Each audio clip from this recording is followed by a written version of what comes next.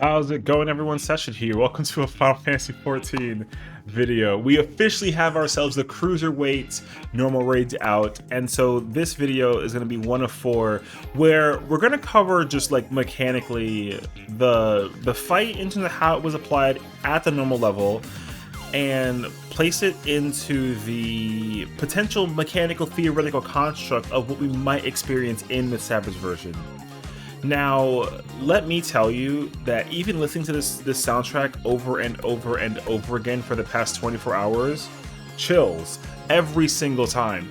So I can assure you, like one of the easiest selling points for me so far that instantly makes this raid tier just like top tier for me too, is like the music. Okay, like not a single song so far in the raid tier has been amiss, not a single one. So I just love that they are applying the musical thing construct to this too, and I can't wait. Now, like, one of my favorite details about this entire thing is like the fact that the arena is like a dance floor, and like there's actually like immediately, so you'll kind of get an idea of it when we get later into the fight, but these platforms are up here for like a reason. But then I also saw these lights over here too. I think they're lights, but I feel like there's a lot of more things that we're like not really going to be prepared for. So this fight in particular has a lot of current focus, I would say, centered around the north side of the fight. Now, the Do the Hustle is obviously like the mechanical, you know, execution thing that we got going on for this, which is cool actually, you know, I like that. But like, I really wasn't thinking about the music for it at first, because they actually did like indicate, oh yeah, you know, like mechanically how you execute things is based on the rhythm of the song. So I love that they've done that actually. So you actually can see the 4 snap twists, 1, 2, 3, 4, and then you swap to the other side. Now, the first time I saw that, I was trying to figure out like, how do you know when to swap? You know, I've been getting hit by this. The very first time I went through, I got hit so often until I was like, oh, like it makes sense to me actually, you know? So I actually like that they've actually incorporated the music to this. Now, Funky Floor, this is the first one where genuinely, like, I actually have no idea. The color placement, I'm heavily under the impression of, is going to be very indicative of something that we'll see in the Savage version. Because realistically, there are, at least as far as I've counted, there are 6 different colors, right? So you have aqua, red, dark blue, yellow, orange, and green. Oh no, and then there's purple. So that's 7. So like, it really makes me wonder if this mechanic in particular will be something that like you have to just dodge in the moment, and if the color has something and or like nothing to do with it. I'm actually not so sure. I'm very curious actually why. Not that there's no reason for these to not be like a color thing. Like, of course it's jazzy and it's groovy and it's fun, so the colors can be very fun in the moment, but like there's no pattern to this, right? Which is one thing. And I almost feel like it's hard to see ahead of time which one is which. You can kind of get like an idea of it. But like it's there, right? But you don't know what it is before the actual things come up until it actually pops up, right? So it does make me wonder a lot, like how do you actually mechanically utilize that in a Savage version? And the only way that I can think about it is like you'd have to strictly like deal with it in a like debuff formation. So like we'll see. But again, I digress, right? Next we have like this debuff that everyone has, and it's interesting because the timing is the same, but the timer or the actual icon's the same, sorry, but the timing is different. And I actually just noticed that it has something to do with this. Now, I did actually test this, and you're supposed to stand in this and receive that debuff. Also, I love that animation. That was like so, like, I love when they do stuff like that. It's honestly some of my favorite designed, like, just execution content, like, period. It's some of my favorite stuff ever. So, like, I love that they actually require you to be in the spotlight to avoid getting hit with the debuff. Now, if you don't know what happens, I'll explain it basically, but you trip. But it kind of hits you with like a debuff, like a vuln debuff. Now in my mind, with that particular mechanic in mind, if you can relate really quickly to Honeybee Lovely with M2, remember when like you get the hearts maxed out and it actually increases her power? and like, you know, it restores her HP by 1, and then it also increases her damage as a result per stack. I'm actually under the impression that the same concept will come into place with this. So if you don't actually step in the spotlight, then he will get buffed as a result, because obviously you're supposed to stick with the rhythm and the rhyme of the funky beat, right? So if you can't do that, then it just makes him that much more stronger, and I'm actually so down for that. So I'm really looking forward to seeing that come into place, like a lot actually. I think that's actually going to be like super cool, and if not, then I'm wondering what they would do in the case scenario that you do punish it, because that mechanic is not like a debuff thing where like if you fail it, then, you know, it's a detriment to you, but it doesn't actually show itself to being a benefit to the boss. And I'm wondering if they're going to apply that in the same format with the boss in the Savage version, and I feel like they can. So we'll see kind of how that works itself out, but again, I don't have a immediate idea to it, right? So we'll find out for sure. Next we have like literally Exa Disco Waves. This mechanic is like, I hate to be the one to say it like so out loud, but the fact that it's an Exa Flare, but like it's a consistent one, so it's almost like a puzzle. It's like a maze you have to navigate, because like once an Exa Flare goes off, there's no follow-up behind it, right? So for the first time, I want to say like ever, like the Exa Flares, these are Exa Flares in like a very simplistic sense, but they have like a follow-up. And the fact that it's actually like pay attention to the pattern, right? Like it actually has like a thing. I totally expect this to be like a mechanic you have to occur during like the spotlight thing, or you have to get ready to avoid you know, like the beats that are being executed during, like he does the snap twist, the 2 or the 4. I'm expecting that to be a thing scenario. I would also be very curious if there's one way that they can incorporate that with like a tank buster or like a stack marker or something. I'd be like so curious, if you will. So we'll find out, but I'm very curious to seeing like how that comes into play. This fight is honestly like so cool.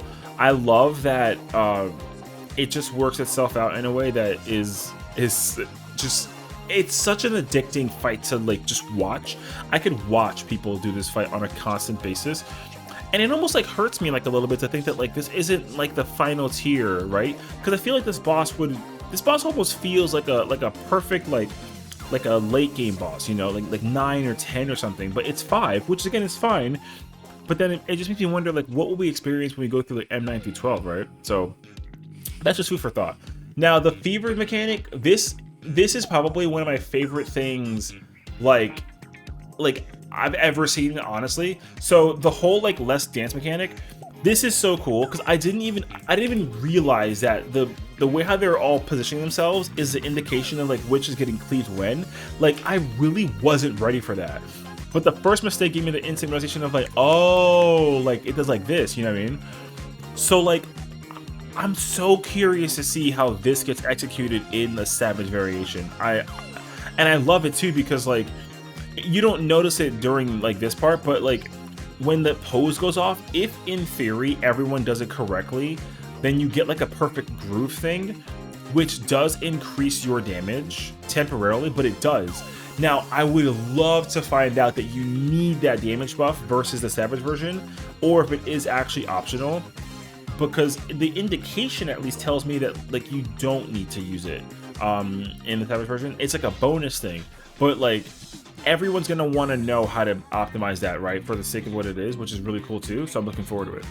Now, if I can't deny that the moonwalking frogs was like the coolest thing ever, I'm telling you, this fight just gets better and better with time, and I'm absolutely like in love with it.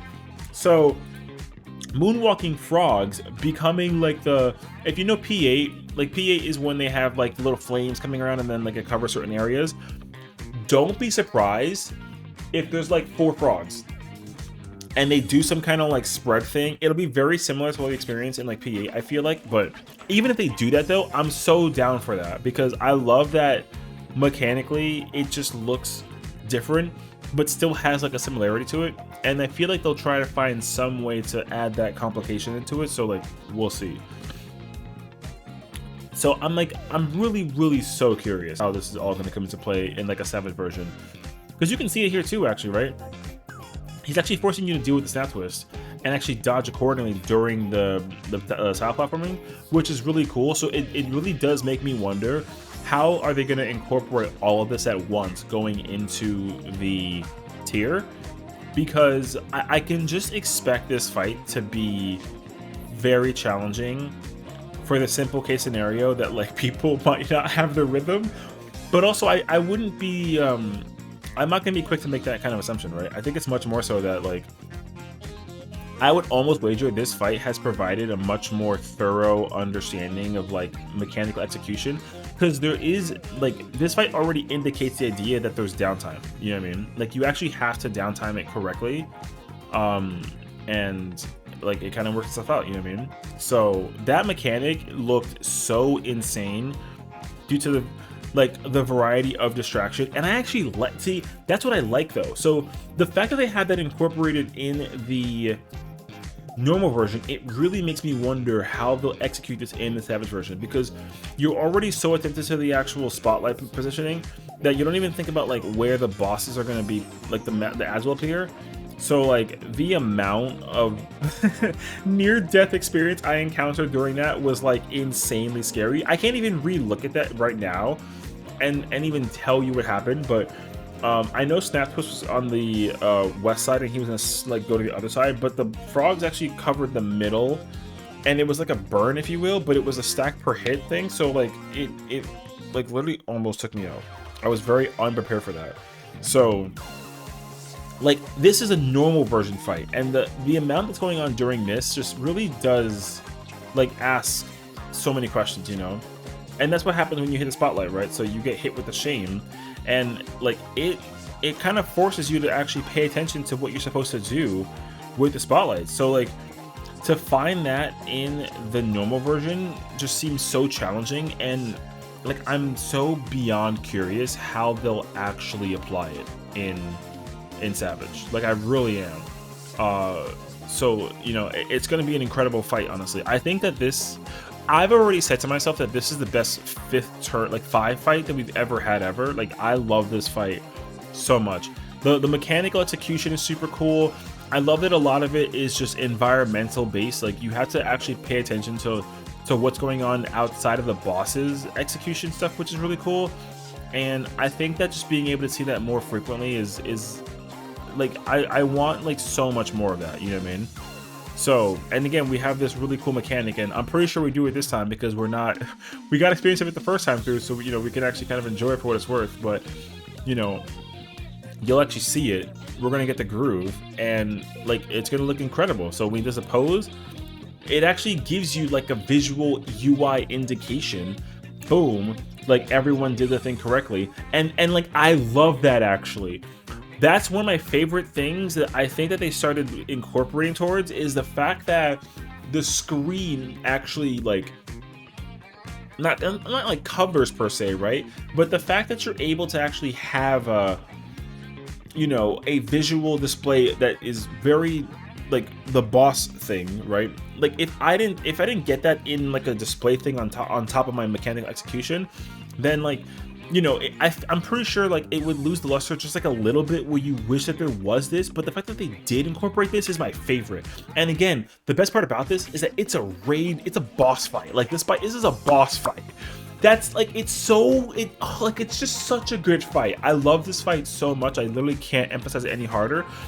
So like I'm extremely excited to see how this comes into play going into Savage version. Like this fight in particular, I am unbelievably excited for, and I cannot wait to see like how it comes into play. I cannot wait. This is probably going to be my favorite boss fight to execute ever. Like I think I'm going to love this fight the most out of between the first three.